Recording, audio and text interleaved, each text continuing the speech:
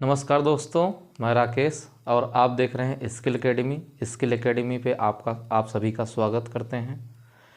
जैसा कि मैंने आपको पहले ही बताया था कि मैथमेटिक्स सेशन मैं लेके आऊँगा, तो जो हमारी पिछले वाली क्लास थी मैंने उसमें बता दिया था कि कौन कौन से आपके मुख्य चैप्टर हैं।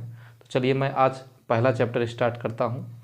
तो हमारा पहला चैप्टर है संख्या पद्धति यानी नंबर सिस्टम। संख्या पद्धति यानी नंबर सिस्टम। तो चलिए देखते हैं कि संख्या पद्धति क्या होती है। तो समझिएगा, संख्याओं को लिखने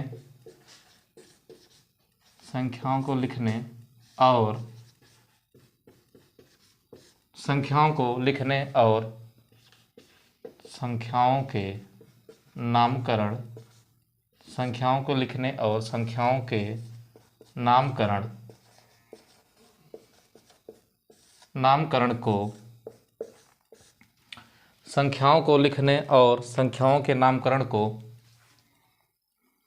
व्यवस्थित करने की प्रक्रिया को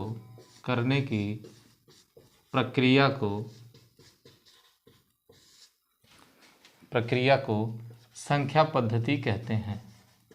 संख्या पद्धति कहते हैं। संख्याएं आप जानते हैं 0 से लेकर अनंत तक होती हैं। संख्याएं जो कि 0 से लेकर अनंत तक होती हैं। तो चलिए अब हम संख्याओं के टाइप देखते हैं, उसके प्रकार। तो अगला हमारा आ जाएगा संख्याओं के प्रकार।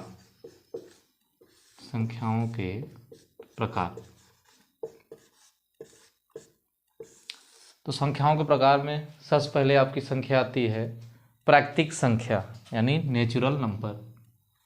पहले आती है प्राकृतिक संख्या। तो प्राकृतिक संख्या क्या होती है? तो वो संख्याएं जिनका प्रयोग हम वस्तुओं को गिनने में करते हैं उन्हें हम क्या कहते हैं? प्राकृतिक संख्या। वे संख्याएं जिनको हम वस्तुओं को गिनने में करते हैं उसे हम प्राकृतिक संख्या कहते हैं। तो प्राकृतिक संख्याएं हमारी कहाँ से होती हैं?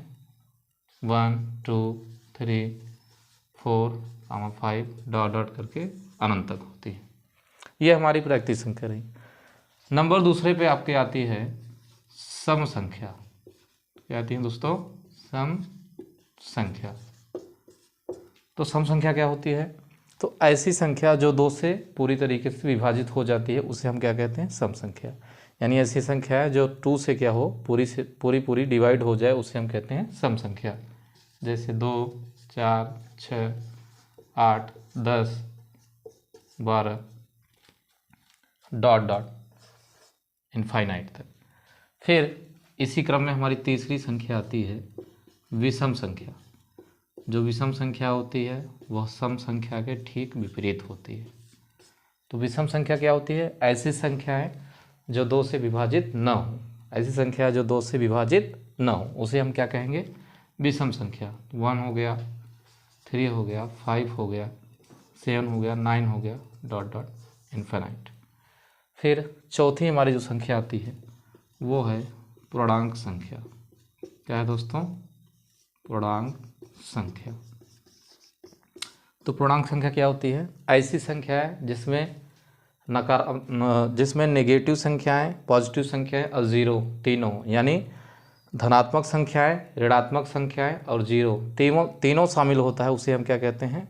पूर्णांक संख्याएं। जैसे -3 -2 -1 0 1 2 3 ये। तो ये -3 -2 -1 ये आपकी नेगेटिव संख्याएं यानी ऋणात्मक संख्याएं हैं, और जीरो भी है, और ये पॉजिटिव संख्या है 1 2 3। उसके बाद इसी क्रम में हमारी पांचवी संख्या आती है पूर्ण संख्या। क्या आती है दोस्तों? पूर्ण संख्या। अच्छा, पूर्ण संख्या क्या है? तो जो प्राकृतिक संख्या है इसी में अगर हम जीरो को भी ऐड कर दें, यानी जीरो को भी हम शामिल कर दें, तो हमारी क्या आती है? पूर्ण संख्या। तो 0 से स्टार्ट कर लेंगे, 0 1 2 3 4 5 डॉट डॉट इनफाइनाइट। ये हमारी होगी पूर्ण संख्या। फिर इसी क्रम में हमारी 6 नंबर की जो संख्या आती है वो है आपकी भाज्य संख्या। क्या है दोस्तों? भाज्य संख्या। तो भाज्य संख्या क्या होती है? ऐसी संख्याएं जो स्वयं से और एक के अतिरिक्त कम से कम किसी एक संख्या से और विभाजित हो। जो भाज्य संख्या है वो स्वयं और एक के अतिरिक्त कम से कम एक संख्या से और विभाजित हो। जैसे 4 6 8 9 डॉट डॉट इनफाइनाइट। फिर 7 नंबर की हमारी संख्या आती है अभाज्य संख्या। क्या आती है दोस्तों? अभाज्य संख्या। तो अभाज्य संख्या क्या होती है? ऐसी संख्याएं जो स्वयं और एक के अतिरिक्त किसी से न कटे, यानी स्वयं के अलावा एक से और किसी से न कटे, एक से कटे और स्वयं से कटे और किसी से न कटे, वो हमारी अभाज्य संख्या होती हैं। जैसे 2 3 5 हो गया, 7 हो गया, 9 नहीं होगा, क्योंकि अगर 9 होगा तो 3 से कट जाएगा, तो क्या होगा आपका? 11 होगा। ऐसे भी और सारी संख्याएं। चलिए और हम आगे संख्याएं देखते हैं।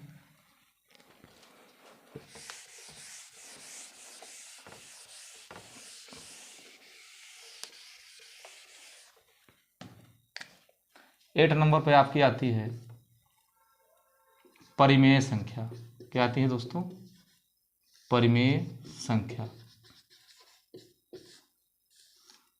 तो ऐसी संख्या जिसे हम p/q के रूप में लिख सकें, यानी p/q के रूप में लिखा जा सके, उसे हम कहेंगे परिमेय संख्या।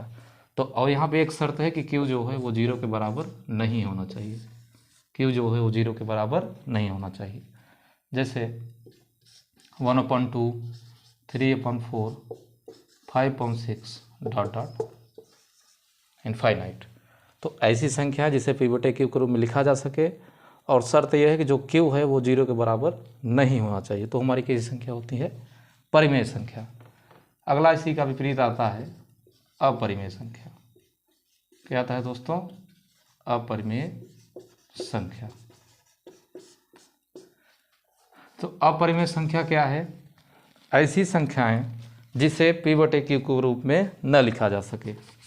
ऐसी संख्याएं जिसे हम p/q के रूप में नहीं लिख सकते हैं। यह संख्याएं ज़्यादातर रूट के अंदर होती हैं।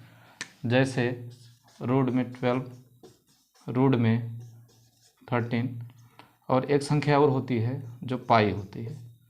अच्छा, इनका वर्गमूल पूर्ण रूप से नहीं बनेगा। और एक संख्या आपकी होती है पाई। पाई कैसी संख्या है? ये अपरिमेय संख्या है। तो पाई का मान पूछ लिया जाता है, तो पाई का मान कितना होता है? 22/7 या 3.14। तो इसको याद रखिएगा, पाई एक कैसी संख्या है? अपरिमेय संख्या है। और सबसे लास्ट में आपकी आती है वास्तविक संख्या।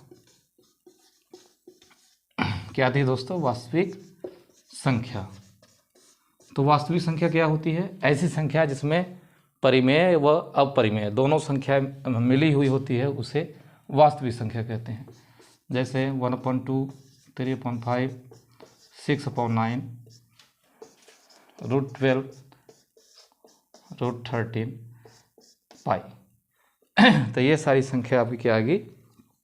वास्तविक संख्या है। तो ठीक है दोस्तों, आज हमने संख्याओं के बारे में पढ़ा। अगले वीडियो में हम देखेंगे संख्याओं के जोड़ के बारे में, इनके वर्गों के जोड़, इनके घनों के जोड़ के बारे में आगे पढ़ेंगे। तो ठीक है, मिलते हैं नेक्स्ट क्लास में। धन्यवाद। जय हिंद, जय भारत।